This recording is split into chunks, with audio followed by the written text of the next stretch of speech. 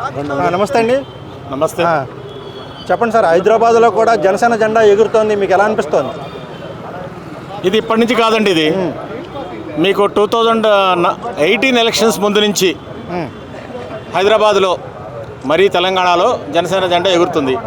ఈ మోతీనగర్ ఏరియాలో, ఈ జూబ్లీ హిల్స్, కూకట్పల్లి ఏరియాల్లో 2017 ఆ టైం నుంచి మేము ఎన్నో ప్రోగ్రామ్స్ కళ్యాణ్ గారి కోసం చేశాము.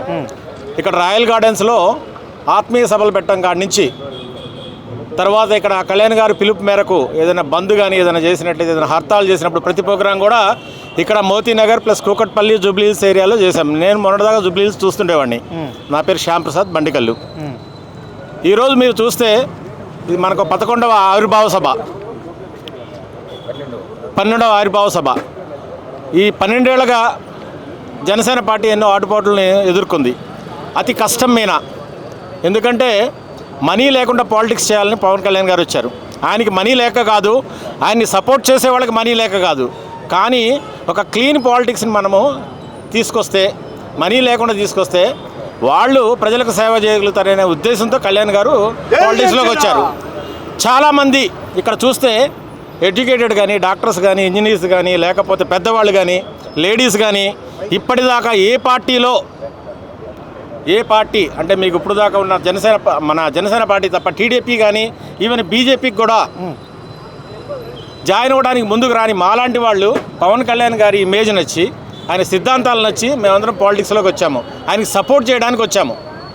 మేము యాక్టివ్గా కంప్లీట్ రోల్ తీసుకోకపోయినా ఆయన సపోర్ట్ చేయడానికి వచ్చాము. దాన్ని బట్టి మీకు అర్థమవుతుంది. మమ్మల్ని చూసిన తర్వాత ఆయన అనుకున్నారు, మనము డబ్బు లేని పాలిటిక్స్ చేద్దాము, క్లీన్ పాలిటిక్స్ చేద్దాము, డర్టీ పాలిటిక్స్ మనకు వద్దనే వ్యూతో ఆయన వచ్చారు.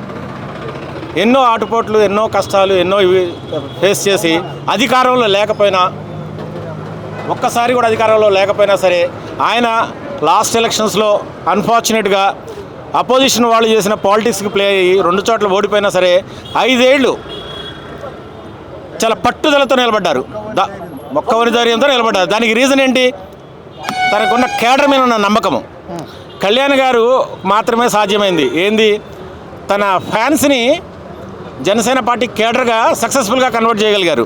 మీరు లాస్ట్ టైం చూస్తే 21 out of 21, అది కూడా 21 out of 21 కూడా ఏంటంటే 40 సీట్స్ దాకా ఎక్స్పెక్ట్ చేసి ఆ టైంలో 21 సీట్స్ ఇచ్చినా కూడా మిత్రధర్మం. ఆయన ఏంటంటే మిగతా వాళ్ళలా కాకుండా గ్రౌండ్ రియాలిటీని, మనం ఉన్న ప్రజెంట్ సిచ్యువేషన్ ఏంటి, మనము ఇండివిజువల్గా వెళ్తే పరిస్థితి ఏంటి అని ఆలోచించి ఆయన టీడీపీ జనసేనతో పాటు అలయన్స్ ఆయనే ఫామ్ చేయించి దగ్గరుండి అవసరం అనుకుంటే ఒక 10-15 సీట్లు ఆయన త్యాగం చేసి పార్టీ తరఫున ఎప్పుడైతే మనం సీట్లు త్యాగం చేస్తామో పార్టీలో చాలా ఆస్పిరేషన్స్ చాలామంది ఉంటారు, వీళ్ళందరి నుంచి చాలా ప్రెషర్ వస్తుంది. అయినా సరే ఆయన మేనేజ్ చేసి సక్సెస్ఫుల్గా 21 అంటే 100% స్ట్రైక్ రేట్తో గెలవగలిగారు మన జనసేన పార్టీ. ఒక్క జనసేన పార్టీ మాత్రమే నాకు తెలిసి ఈ వరల్డ్లో 100% స్ట్రైక్ రేట్తో గెలిచిన పార్టీ ఒక జనసేన పార్టీనే. అది కూడా మనీ ఇన్ఫ్లుయెన్స్ లేకుండా గెలిచిన పార్టీ ఒక జనసేన పార్టీనే.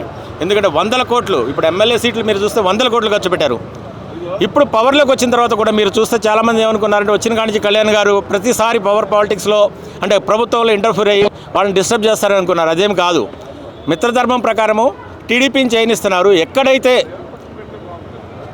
సామాన్య ప్రజలకు న్యాయం జరగడం లేదో అక్కడ ఆయన గొంతు విప్పుతున్నారు.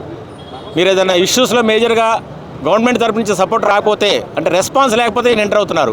దీన్ని బట్టి మీరు అర్థం చేసుకోవచ్చు ఆయన మిత్రధర్మం ప్రకారం వెళ్తున్నారు. ఈ రోజు మేము ఎక్స్పెక్ట్ చేస్తుంది ఏంటంటే పవన్ కళ్యాణ్ గారి నుంచి రాబోయే 4 ఏళ్లలో జనసేన పార్టీ ఎలా బలోపేతం చేయాలి, అలానే బీజేపీ టీడీపీతో కేడర్తో ఎటువంటి విరుద్ధం పెట్టుకోకుండా వాళ్ళతో ట్రావెల్ అవుతూనే మేము ఎలా సమైక్యంగా మేము ఎలా ముందుకెళ్ళాలి, ఎట్ ద సేమ్ టైం మా పార్టీని ఎలా డెవలప్ చేసుకోవాలి. అలానే తెలంగాణకు వచ్చేదలకల్లే కొద్ది రోజుల్లో స్థానిక సంస్థల ఎలక్షన్స్ వస్తున్నాయి. ఈ ఎలక్షన్స్లో ఈ అలయన్స్ కూటమి ఎలా ఫామ్ చేయాలి, బీజేపీతో కలిపి సేమ్ అలయన్స్ కూటమి ఎలా ఫామ్ చేయాలి, ఇక్కడ అధికార పార్టీకి మరియు బీఆర్ఎస్ పార్టీకి ఎట్లా టైట్ కౌంటర్ ఇవ్వాలి, గట్టి ప్రెజెన్స్ చూపించాలనేది పర్టికులర్గా జూబ్లీ హిల్స్, కూకట్పల్లి ఏరియాల్లో ఎలా మేము ఇవ్వాలి అనే దాని గురించి మేము వర్క్ చేస్తున్నాము. నిర్మాణాత్మకమైన దిశగా ఇక్కడ కూడా మీరు చూసేట్లయితే చాలాసార్లు తెలంగాణ ఫామ్ చేసుకున్న దేనికైతే తెలంగాణను తెచ్చుకున్నామో అది ఈరోజు వాళ్ళు సాధించుకోలేకపోయారు. ఆ బేసిక్ ఫండమెంటల్ 3 రైట్స్ కూడా మనకు రాలేదు. వాటి గురించి మీరు ఇక్కడ చూసేట్లయితే చాలామంది అనుకుంటారు ఏదో 2-3 కమ్యూనిటీసే కళ్యాణ్ గారికి సపోర్ట్ చేస్తాయని.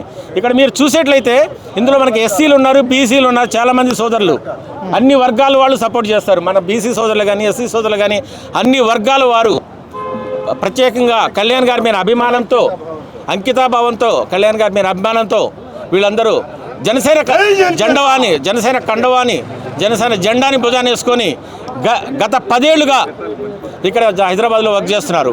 వీళ్ళందరి సపోర్ట్తో డెఫినెట్గా రాబోయే ఎలక్షన్స్లో మేము యాక్చువల్గా గట్టి పోటీ ఇస్తామని, అవసరమైతే అధికారంలోకి వస్తామని చెప్పి, మేము ఈరోజు విజయ పదవిలోకి వెళ్తామని చెప్పి, ఆంధ్రాలో ఎలాగొచ్చామో తెలంగాణలో కూడా ఎలాగ వస్తామని చెప్పి ఒకసారి గట్టిగా చెప్తున్నాము. జై జనసేన, జై జై పవన్ కళ్యాణ్, జై జనసేన.